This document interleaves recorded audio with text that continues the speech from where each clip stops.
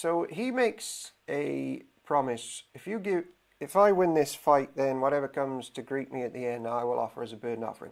Out comes his daughter, and lots of people think the text read that he then sacrifices his own daughter as a burnt offering to the Lord. But I don't think here she is offered as a child sacrifice to the Lord. And loads of people don't, actually. And good scholars don't, for the following summary reasons. There's this prefix in Hebrew, vav, V or W even maybe back then, and it's more likely this reads, whatever comes out of the door of my house to meet me shall be the Lord's, or I will offer it as a burnt offering, not and I will offer it as a burnt offering. I got a list of Hebrew rabbis and scholars that think the prefix there can be or I will offer it. So if it was an animal, it would be offering as a burnt offered.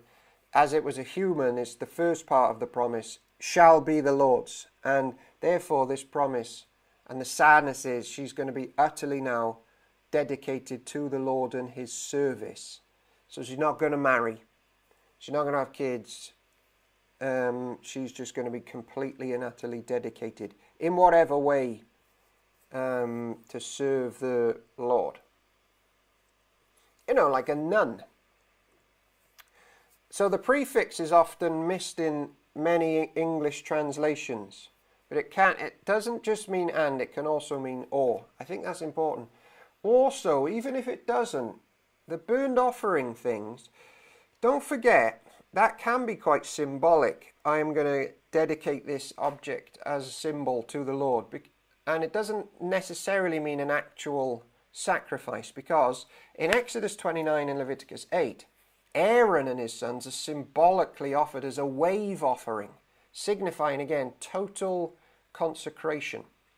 In Psalm 51, David, he describes a broken and a contrite heart as the kind of sacrifice that the Lord desires.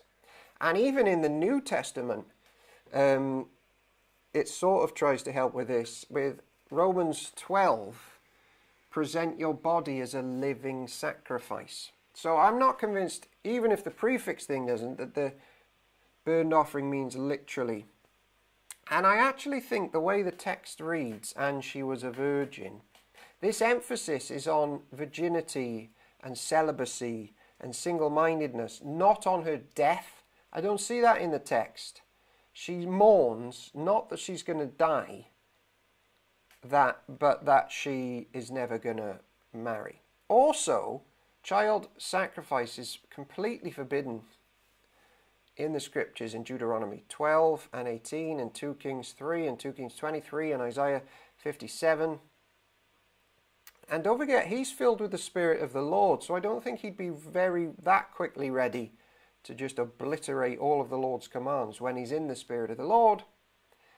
So I think she's given here now to lifelong service in the household, celibate devotion.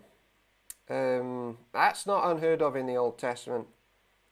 In Exodus 38, there are women who serve at the entrance of the tabernacle. Hannah is going to dedicate Samuel to lifelong service in a couple of books' time. One book time. A couple of books' time. So I think for multiple reasons, this girl is not offered as a child sacrifice. So let's conclude. This day let's offer ourselves as living sacrifices, like Jephtah's daughter, to his service with our thoughts, hearts, and actions, and words.